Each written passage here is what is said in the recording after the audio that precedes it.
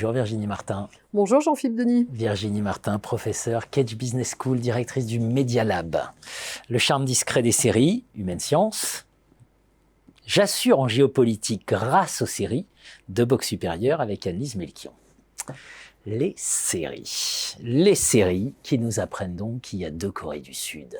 Oui. Il y a la Corée du Sud Squid Game et il y a la Corée du Sud Penthouse. Ou je devrais dire vue par. C'est ça, vue par. On savait qu'il y avait deux Corées, Nord et Sud, mais il y a aussi deux Corées Sud-Sud. En effet, oui, c'est vrai que les séries nous montrent des visages très différents et très diversifiés de la Corée du Sud. Il faut savoir aussi que la Corée du Sud met beaucoup d'argent dans les séries et veut absolument raconter son histoire à travers les séries. Et là, le gouvernement sud-coréen n'hésite pas à demander à Samsung de mettre beaucoup d'argent dans les productions en série. Donc ça, c'est très important à comprendre. Hein. Mais c'est vrai qu'on voit une Corée du Sud... il peut y avoir aussi des séries un peu romanesques, toujours un peu avec la famille traditionnelle, mais on s'aime quand même et c'est cool et on chante, etc. Un peu cette pop culture aussi sud-coréenne. Mais il y a aussi The Penthouse, voilà, qui est vraiment la Corée qui veut raconter à quel point elle a son soft power, en fait, tout simplement, c'est-à-dire sa gastronomie, sa mode, son design, son architecture absolument délirante. Hein. The Penthouse se passe dans un énorme building, justement.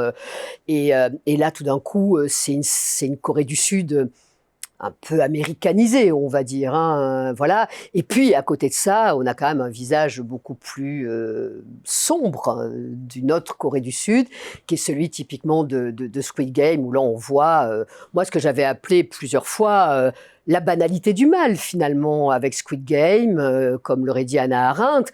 C'est-à-dire que sous des aspects où on est un peu solidaire, et puis finalement, on est un peu moins, et puis on joue à des jeux d'enfants, et puis les couleurs sont très édulcorées, et puis il y a un petit peu de rose, un petit peu de vert, et puis boum, on se tue et on s'entretue.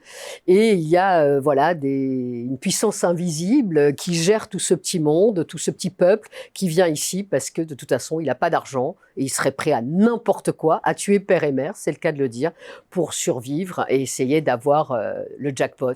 Donc Squid Game est une allégorie quand même très dure, évidemment, des inégalités sociales, des problèmes pécuniaires qu'il peut y avoir ici ou là en Corée du Sud, dans certains quartiers. Ça rappelle un film terrible qui était Le Prix du danger, avec absolument, Gérard Lanvin et Michel Piccoli, mais qui était exactement sur cette logique de Squid Game. Hein. Exactement.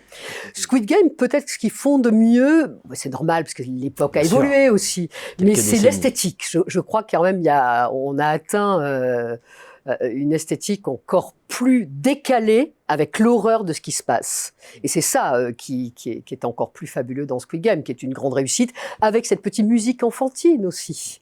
Et tout d'un coup, boum, c'est le sang qui gicle. Alors c'est sûr que c'est très loin. Alors dans The Penthouse, il y a du sang qui gicle aussi, mais c'est plus façon un peu dynastie, même le dynastie d'aujourd'hui, repris et corrigé, un petit peu mis à la sauce 2020, quoi.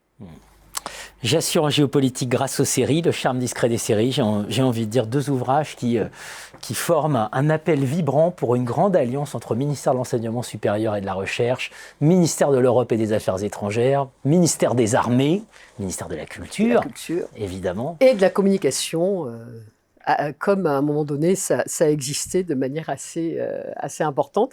Et oui, évidemment, parce que les séries tricotent tout ça en même temps.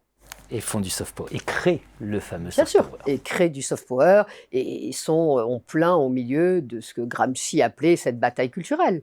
Et là, vraiment, typiquement, avec la Corée du Sud, on est exactement là. On l'est aussi avec Israël, avec les États-Unis, évidemment. Hein, ou avec le Bureau des légendes. Bien sûr. Oui, voilà. Alors, en France, c'est toujours un petit peu moins, quand même. Mais voilà, les autres pays sont très en avance et très éveillés sur toute cette affaire. Comme on l'est un peu moins, c'est pour ça qu'il est peut-être aussi temps de changer de braquet. Merci Virginie Martin. Bien sûr. Merci.